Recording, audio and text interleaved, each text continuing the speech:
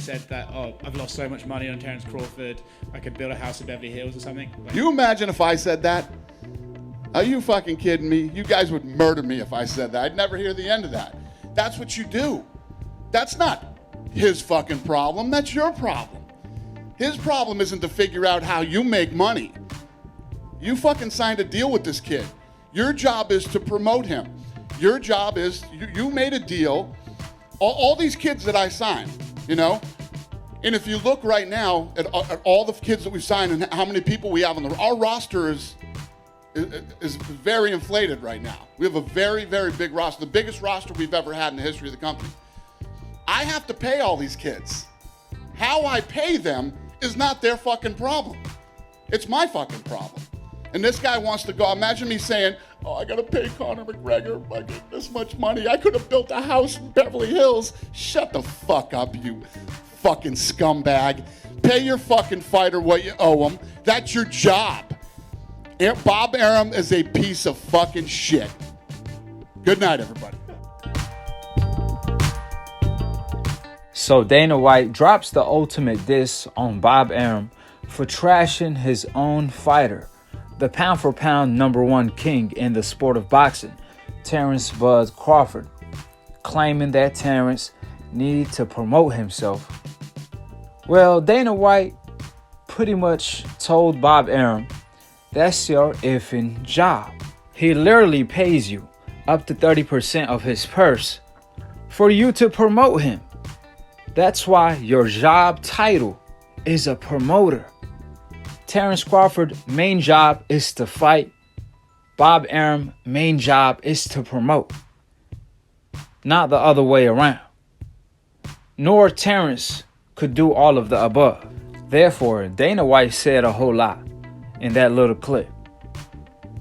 On top of all of that, Bob Arum is not losing money on Terence. If you think that, then he definitely got you fooled. Bob Arum is making banks off Terence because Terence always does the highest ratings on ESPN while receiving little to no promotion in the process.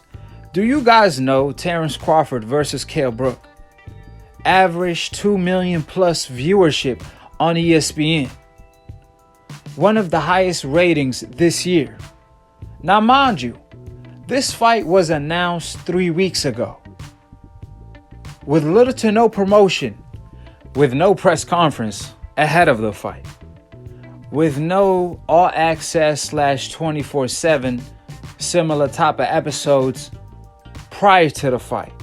Only the week of, they dropped major content on this fight. However, then it was already too late because the fight did not have proper time to build. Everything was rushed the week of.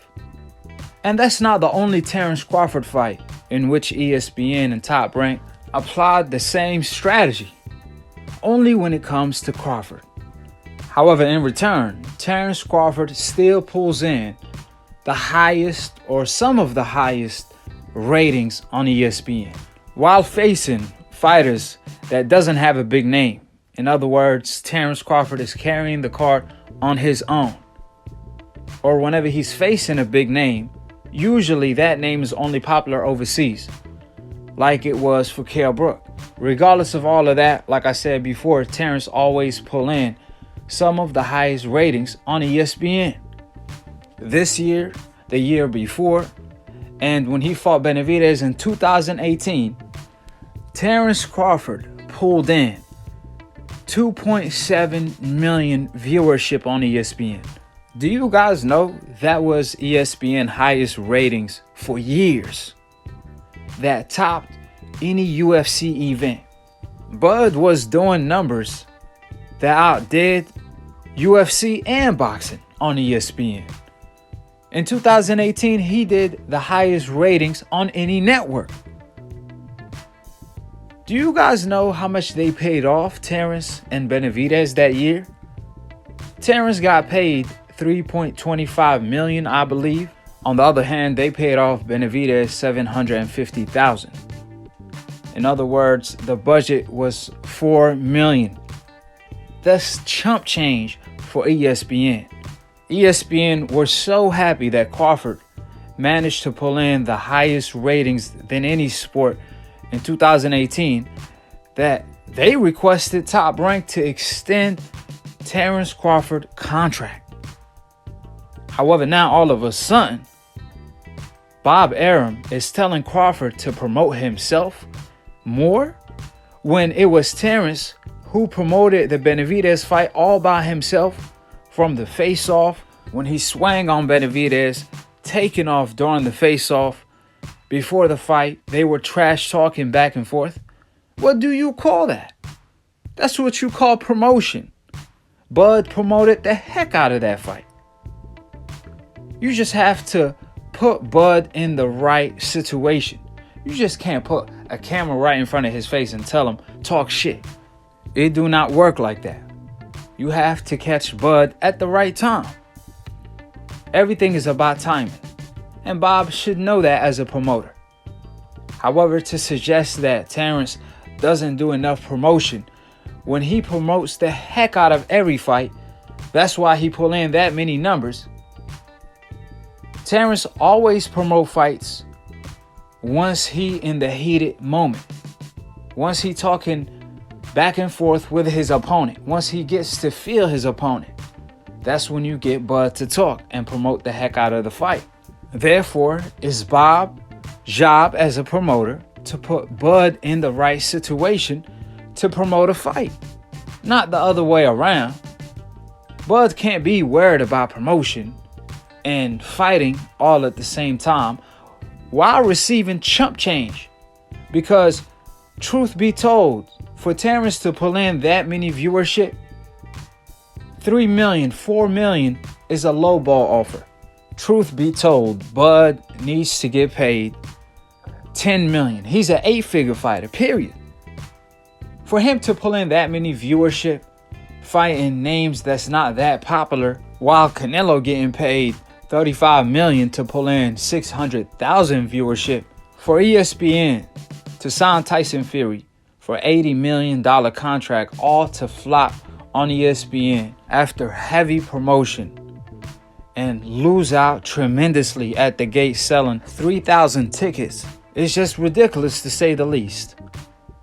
Can you just imagine having Terence against Porter, against Keith Thurman, Errol Spence, Manny Pacquiao, Danny Garcia? Do you know how much viewership he will be pulling in? He will do records-breaking numbers.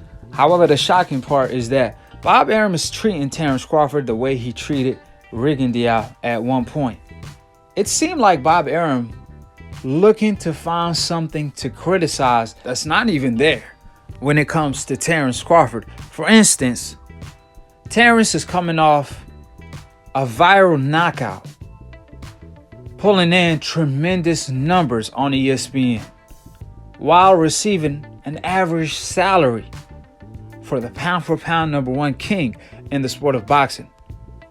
However, in return, Bob complains about Terence Crawford not promoting the fight, when that's Bob Arum's job, when facts show the contrary of Bud's receiving little to no promotion for the Kell Brook fight.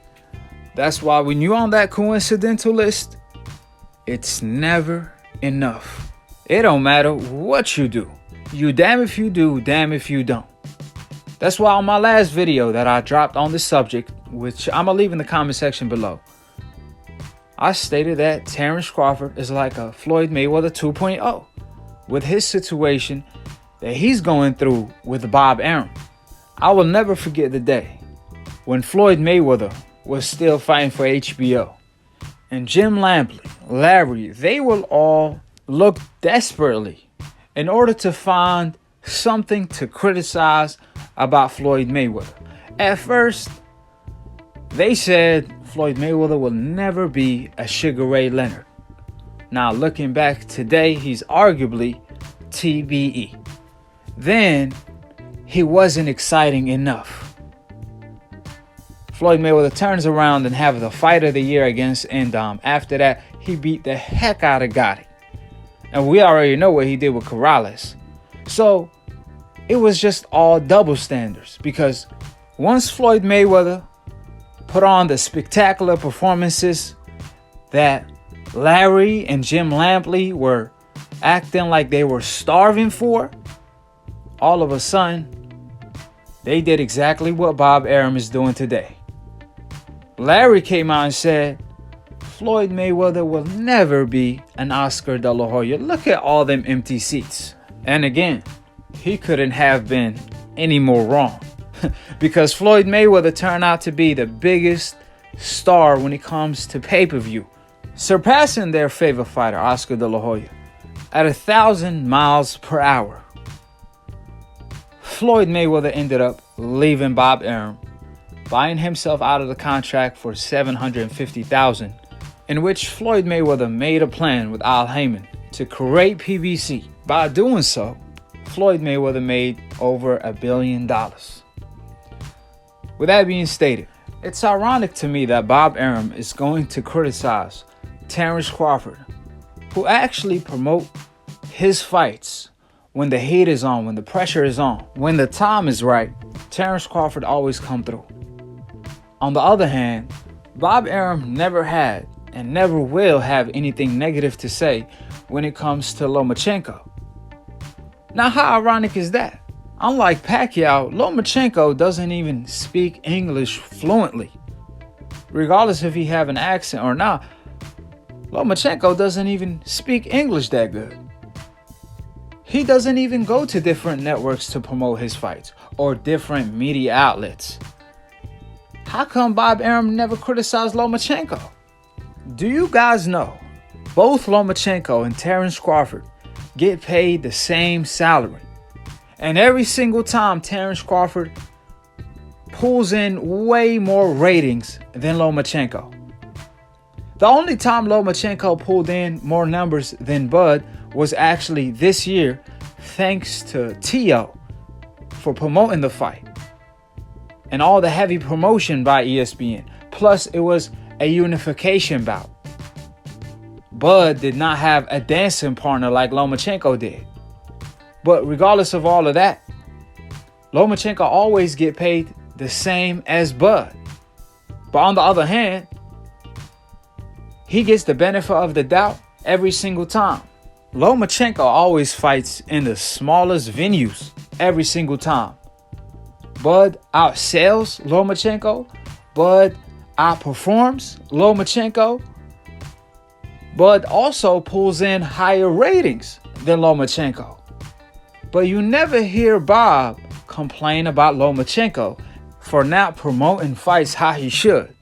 But he's going to tell Terence to go out of his way to promote fights, even when he's pulling in way more numbers than Lomachenko.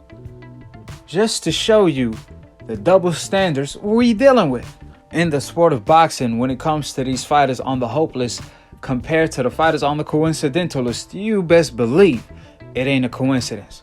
That's why it ain't a coincidence that they brought in Terence to have an interview on First Take and wasted little to no time to promote Lomachenko as undefeated, placing him pound for pound number one over Terence Crawford, fooling the casual boxing fans. This is what it's all about. Last but not least, I will never forget the day Rigondeaux outclassed Donaire from pillow to post in an entertaining fight from round one, in which Rigondeaux hurt Donaire, in which Rigo had Donaire stumbling in the first round. And in the 12th round, he broke his eye socket.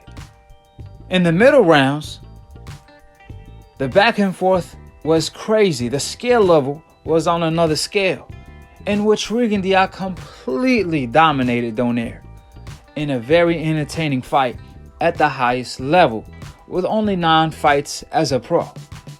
Do you guys believe Bob Arum after the fight came out and said, I don't know how I can promote this guy. He's so boring. I don't know how to promote him. I wish someone told Bob, well, the first step is quit doing the contrary of your job title. Quit trashing your own fighter. I mean, think about it. If I'm selling candy, it's a brand new candy called Akhi candy. and I go around, I'm telling you, this candy costs $1, but it tastes like shit. Are you going to buy the candy? Obviously, it's a rhetorical question.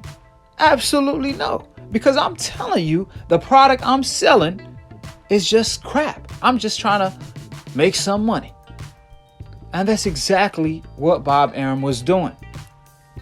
He was telling the public, don't buy the product I'm promoting.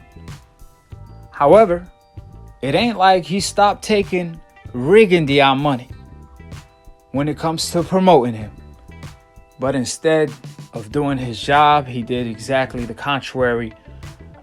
When it was Riggin' time, his prime time, his time to shine, instead of Bob showing him love, he shitted on his own fighter. And he's doing the same thing to Terence Crawford today. Guess what these two fighters have in common? Both of these fighters are on the coincidental list. So if this ain't a wake-up call for Terence Crawford, I don't know what is. Floyd Mayweather left Bob. Oscar left Bob. Canelo even became a free agent. You have Mikey Garcia. He left Bob Arum, made all this money being a free agent. Ruiz, and the list goes on and on and on and on. So Terence Crawford have to make the right decision, because you cannot be loyal to people that's not being loyal to you or show you the same type of love they will show a fighter that's not even on your level, like Lomachenko. With that being stated, subscribe below if you're trying to get smart about them. And if you're trying to get dumb about a second, don't. And listen to these decafs, the dumb, casual-ass fans that don't know shit about boxing. Word to Roger Mayweather. May he rest in peace, inshallah. If you're a casual fan and you want to be a hardcore, all you got to do is click on the notification bell to get notified every time I post, or go live on Split Decision. It's a boxing debate / talk show, mixed, master, engineer, produced by yours truly, Akhi, the past, present, and future, undisputed pound for pound when it comes to debating. I got these decafs shook. They scared to look every time Akhi's on TV, because the truth is always bad news for these decafs, since the truth is their kryptonite. However, they are allergic to the truth. That's why they all tuning in every single time. I appreciate all of my Akhis. I appreciate all the love and support. And to be continued on the next episode of Akhi, Ak TV. Peace, and we out here.